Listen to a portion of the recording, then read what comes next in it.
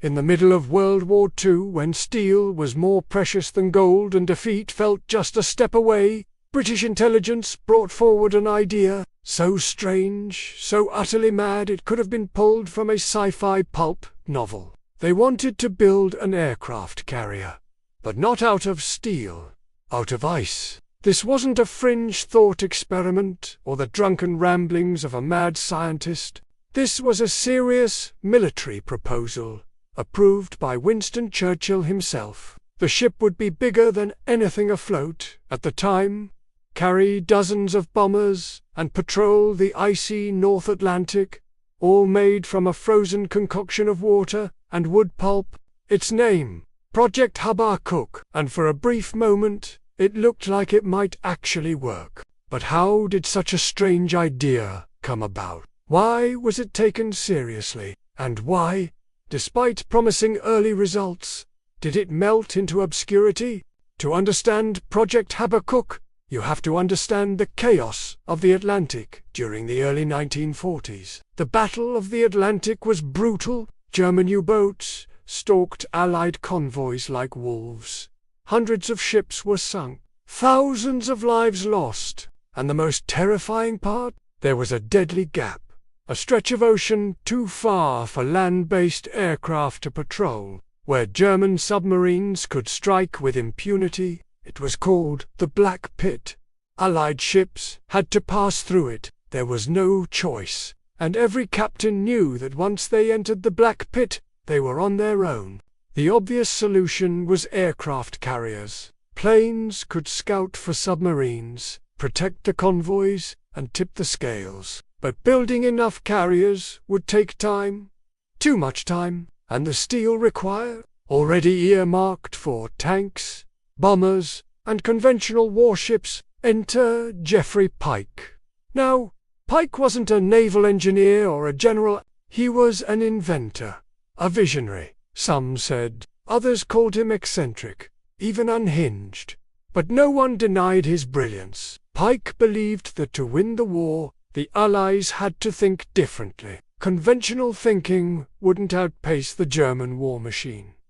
So he proposed an idea that sounded laughable on paper. A ship, the size of an ocean liner, made from ice. Of course, ordinary ice wouldn't cut it. It's too brittle, too weak. It melts.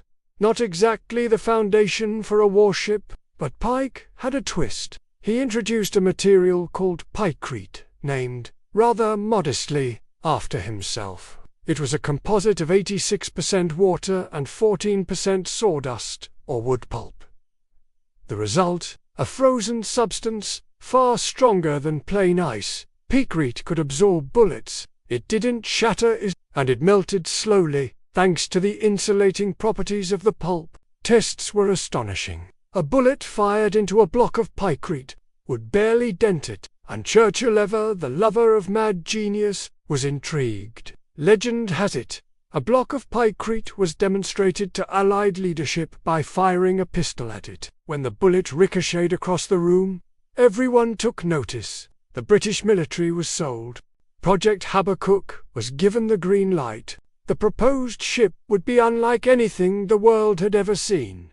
Over 2,000 feet long, more than 300 feet wide, walls 40 feet thick. It would carry up to 200 aircraft, making it not just a carrier, but a floating fortress. Because of its composition, it wouldn't need a dry dock or traditional shipyard. It could be built in the cold of northern Canada or even Iceland. The Allies set up a secret test site at Lake Patricia, deep in the Canadian Rockies. There, a prototype was constructed, 60 feet long, made from real pykrete, and refrigerated using a primitive cooling system. It worked.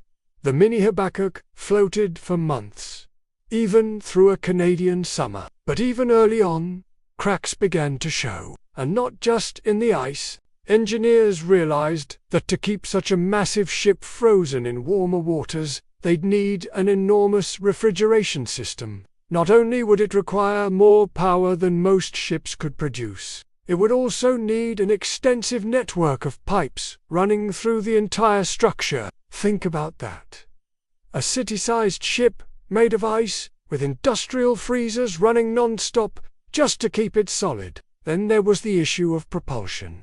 Moving something that massive, that heavy, would require engines far beyond what was available. The ship would be virtually unsinkable, yes, but also nearly immobile. And construction. To build a full-sized Habakkuk, they'd need nearly 300,000 tons of wood pulp. During wartime, when even paper was being rationed, that was a tall order. Still, the project limped forward. But in London, things were changing. By 1943, the war's tide was turning. The Americans had entered the conflict. New long-range aircraft, like the B-24 Liberator, could now reach the Black Pit, providing air cover to convoys.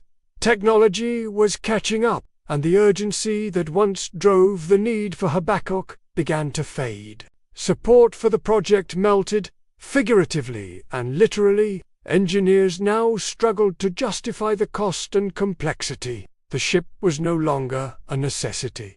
It was a curiosity. Eventually, Project Habakkuk was shelved. Not cancelled, not publicly denounced, just quietly forgotten.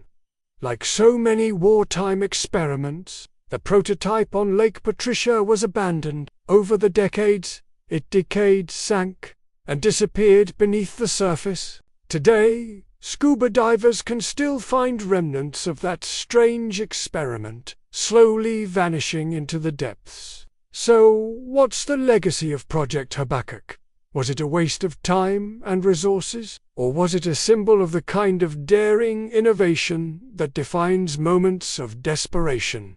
Geoffrey Pike's icy dream never sailed, but his idea wasn't completely mad. Pikecrete remains a material of interest, and the project itself showed how wartime forces governments to entertain the impossible. More importantly, Habakkuk reminds us that progress doesn't always look like progress. Sometimes it looks like a half-melted block of frozen sawdust. But in trying the absurd, we often discover what's possible, and perhaps that's the real takeaway.